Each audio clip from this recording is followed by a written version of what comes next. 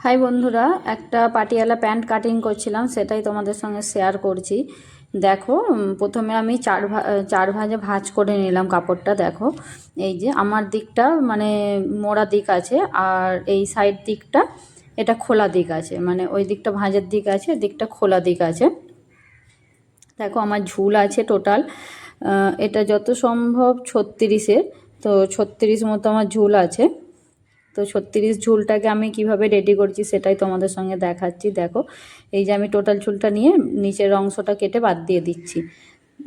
কেটে বাদ দিয়ে নেওয়ার পর এবার মিডিল পোর্শনটা বার করবো। আমি এইভাবে কাটিং করি। দেখো, এর মিডিল পোর্শনটা বার করব। এর মিডিল যেটা আছে, এই যে এর মিডিল যেটা আছে, দেখো মিডিল যেটা সেটা বার করে নিচ্ছি এইভাবে।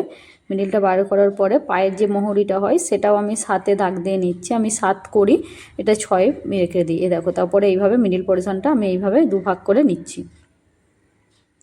আর এখানেও প্রায় অনেকটা কাপড়ই আছে কুচি দেওয়ার জন্য, আর এই কাপড়টাও আমি কুচিতেই অ্যাড করব। তো দেখো আমি কিভাবে করি। তো দেখো, এই কাপড়টা এইভাবে বার করে নিলাম।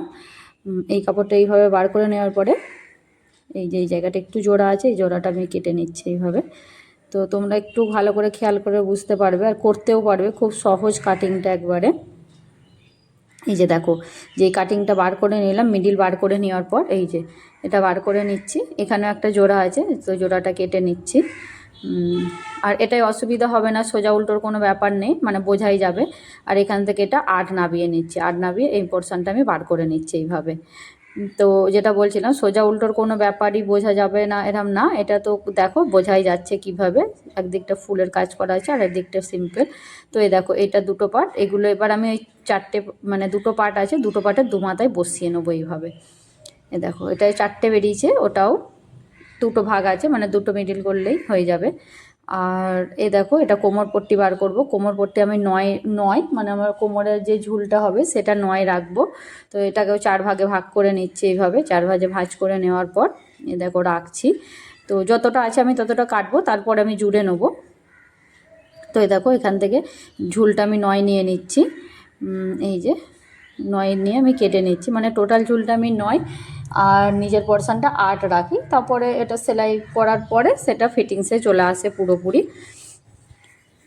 17 মতো রাখি। 17 রাখার পর দেখো, এখানে ঝুলটা আমার কম হবে, মানে ঘেরটা, কোমরের ঘেরটা কম হবে বলে আমি আরেকটু কাপড় জুড়বো বলে কাপড়টা কেটে নিচ্ছি।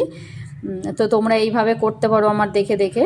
তো যদি ভালো লাগে অবশ্যই এইভাবে করো, আশা করি ঘেরটা ভালোই হবে তোমাদের। এই যে অল্প একটু জুড়ে নিলেই আমার কাপড়টা রেডি হয়ে যাবে। তো ভিডিওটা কেমন লাগলো অবশ্যই কমেন্ট করে জানাবে, আর ভালো লাগলে তোমরা এইভাবে করতে পারো। এর লেন্থটা আমি মেপে দেখে নিচ্ছি, মাপটা অনেক দিনের ভিডিও তো মনে নেই কতটা কি আছে ঠিকঠাকভাবে, তো দেখে নিলাম কতটা কি। তো কেমন